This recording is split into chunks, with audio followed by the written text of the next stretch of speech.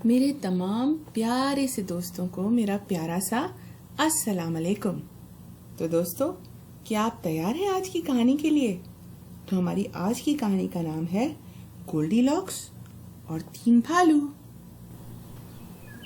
एक दफा का जिक्र है कि एक जंगल में एक छोटे से घर में 3 भालू रहते थे। फादर बेयर बहुत बड़े भालू थे, मदर बेयर एक दरमियाना साइज की भालू थी और बेबी बेयर एक छोटा सा बेबी भालू था।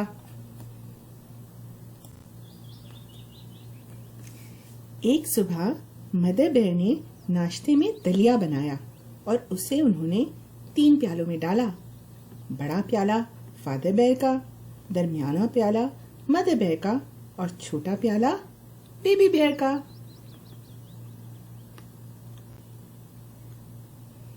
दलिया काफी गर्म था, तो तीनों ने सोचा कि क्यों ना जंगल में थोड़ा चहलकदमी करने चले जाते हैं, ताकि जब हम वापस आएं तो दलिया ठंडा हो जाए। अब जंगल के दूसरी तरफ एक और भी छोटा सा घर था, जहां एक छोटी सी लड़की रहती थी। उसके लंबे और सुनहरे बालों की वजह से उसका नाम गोल्डीलॉक्स पड़ गया था। तो उसी सुबह नाश्ता करने से पहले गोल्डीलॉक्स भी जंगल की सैर को निकल पड़ी। अचानक से गोल्डीलॉक्स की नजर उस घर पर पड़ी जहां वो 3 भालू रहते थे। दरवाजा खुला था तो गोल्डीलॉक्स ने अंदर झांका और देखा कि घर में तो कोई भी नहीं है। अब गोल्डीलॉक्स की नजर मेज पर पड़े उन 3 प्यालों पर पड़ी जिसमें मजेदार सा दलिया था। और क्योंकि गोल्डीलॉक्स ने सुबह नाश्ता नहीं किया था, तो दलिये की जबरदस्त सी खुशबू की वजह से उसकी भूख और भी चमक उठी।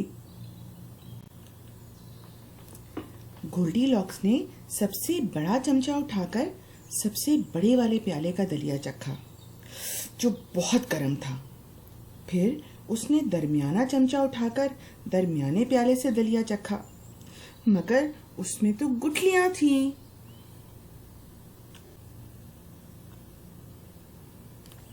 फिर उसने सबसे छोटा चमचा उठाया और सबसे छोटे वाले प्याले का दलिया चखा, और वो बिल्कुल सही था।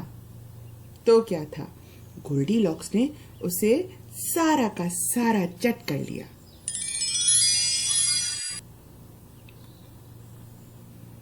अब गोल्डीलॉक्स की नजर पड़ी वहां रखी हुई 3 कुर्सियों पर। एक बहुत ही बड़ी थी, दूसरी दरमियानी सी और तीसरी बहुत ही छोटी। उसने पहले सबसे बड़ी कुर्सी पर बैठने की कोशिश की, मगर वो तो कुछ ज्यादा ही बड़ी थी।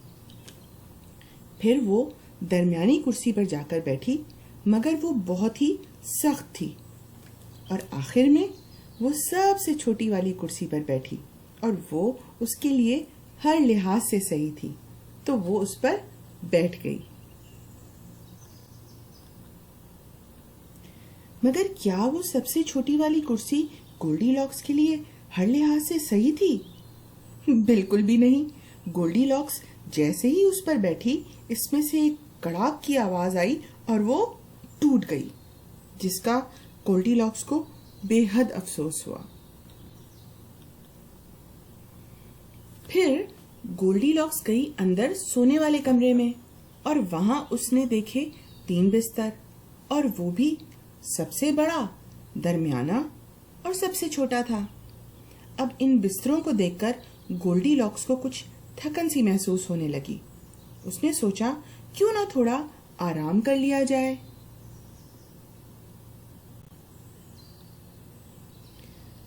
तो गोल्डीलॉक्स सबसे बड़े वाले बिस्तर पर चढ़ी, मगर वो तो बहुत सख्त था। फिर दरमियाने वाले बिस्तर पर, मगर वो तो कुछ ज्यादा ही नरम था। और आखिर में वो सबसे छोटे वाले बिस्तर पर लेट गई, जो उसके लिए बिल्कुल सही था। फिर क्या था, जैसे ही वो लेटी, उसे तो नींद ही आ गई।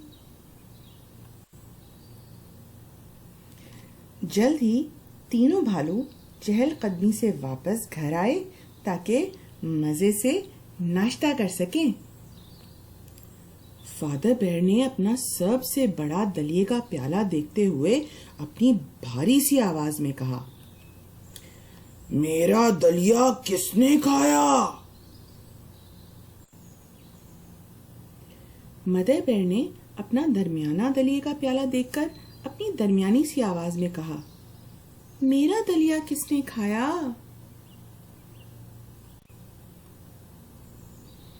बेबी बेयर ने अपने सबसे छोटे दलिए का प्याला देखकर अपनी बारीक सी आवाज में कहा, मेरा दलिया किसने खाया और खत्म भी कर दिया?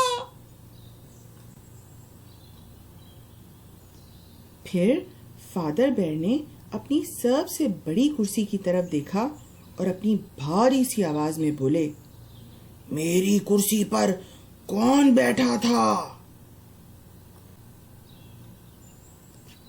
इसके बाद मदर बेयर ने अपनी दरमियानी कुर्सी देखकर अपनी दरमियानी आवाज में बोला, मेरी कुर्सी पर कौन बैठा था? फिर बेबी बेयर ने अपनी सबसे छोटी कुर्सी की तरफ देखकर रोते हुए अपनी पतली सी आवाज में बोला, मेरी कुर्सी पर कौन बैठा था और उसे तोड़ भी दिया? इसके बाद तीनों भालू पहुंचे अपने सोने वाले कमरे में। फादर बेयर ने अपने बड़े से बिस्तर की तरफ देखकर अपनी भारी सी आवाज में बोला, मेरे बिस्तर पर कौन लेटा था? मदर बेयर ने अपने दरमियाने बिस्तर की तरफ देखकर अपनी दरमियानी आवाज में बोला, मेरे बिस्तर पर कौन लेटा था? बेबी बेयर ने अपने सबसे छोटे बिस्तर की तरफ देखा और अपनी इंतहाई पतली आवाज में शोर मचाना शुरू कर दिया, ये रही वो शरारती लड़की जिसने मेरा दलिया खत्म किया, मेरी कुर्सी तोड़ दी, ये रही वो। जैसे ही इन तीनों की आवाजें गोल्डीलॉक्स के कान में पड़ी, उसकी आंख खुल गई। उसने जैसे ही इन तीनों भालुओं को देखा, वो डर गई और बिस्तर से उछल पड़ी और तेजी से खिड़की की तरफ दौड़ी और जल्दी से वहां से छलांग लगाकर जंगलों की तरफ भाग गई।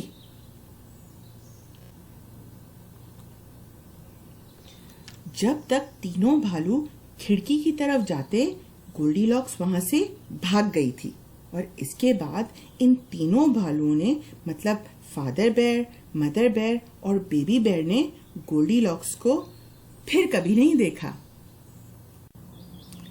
तो दोस्तों, ये तो थी आज की कहानी। अब आपने क्या करना है कि कमेंट सेक्शन में मुझे ये बताना है कि आपको क्या ये कहानी अच्छी लगी और क्या आगे आपने ऐसी मजेदार कहानियां सुननी हैं। तो चलें, फिर मिलेंगे एक नए लेसन या एक नई कहानी के साथ। तब तक हैप्पी लर्निंग।